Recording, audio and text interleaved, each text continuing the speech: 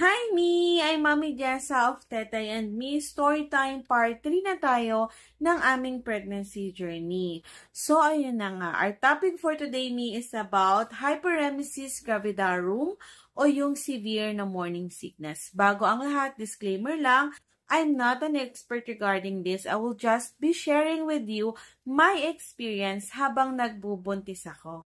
Both pregnancy ko, mga mi, na-feel ko talaga ang severe na morning sickness. Although dito sa pangalawa ko, medyo late na kasi 2 to 3 weeks pregnant na pala ako noon. Pero ang na-feel ko lang is parang magkakaroon ako kasi masakit yung puson ko at yung breast tenderness nga.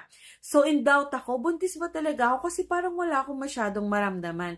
Ayun na nga, dininig ang aking hinaing kasi nung nag 1 month na siya, doon, naramdaman ko na talaga ang severe na morning sickness. Hindi siya morning sickness kasi all day sickness talaga siya. Mula paggising ko ng umaga, hilong-hilo na ako. Motion sickness ang nararamdaman ko kasi ako man ang gumalaw or may makita man akong gumalaw, hilong-hilo talaga ako. Lahat ng pagkain na kinakain ko, sinusuka ko din siya kahit ultimo tubig na maligamgam. Lahat ng pang-amoy, lalo na kapag ayoko, yung nagluluto, hanggat hindi ka tapos magluto or hanggat naaamoy ko yung pabango mo, hindi talaga magiging okay yung pakiramdam ko.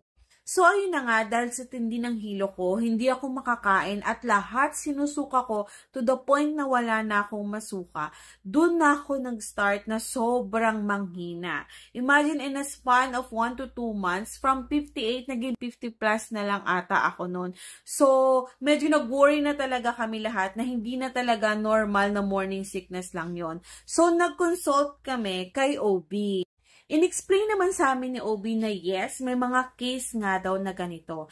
Kaya kung ikaw buntis ka, wala kang masyadong nararamdamang morning sickness, nagagawa mo pa rin ang daily routine mo at nakakapagtrabaho ka pa rin, napakaswerte mo. Kasi ako, tinakot lang ako ni OB na meron nga daw siyang patient na na-admit pa sa ospital. Kailangang i-IV kasi wala nang dumadaloy na nutrients sa katawan niya. At risk siya at ang kanyang baby. Kaya nung narinig ko yon, doon pinilit ko talaga ang sarili ko kasi ayokong ma-ospital. Nagbigay naman si OB ng mga gamot like antacid para sa hyperacidity. Kapag masama ang pakiramdam ko at masakit ang ulo ko, pwede naman ako mag-take ng paracetamol. Nagbigay din siya ng vitamins pero hindi ko naman yun na-take ng 1 to 2 months kasi hindi ko talaga kaya. Naglast ang severe morning sickness ko ng hanggang 5 months. So, paano ko na-overcome ang severe na morning sickness? Number 1, mga mi, is emotional support. That time, thankful naman talaga ako kasi si Daddy, inintindi niya kung ano yung sitwasyon ko.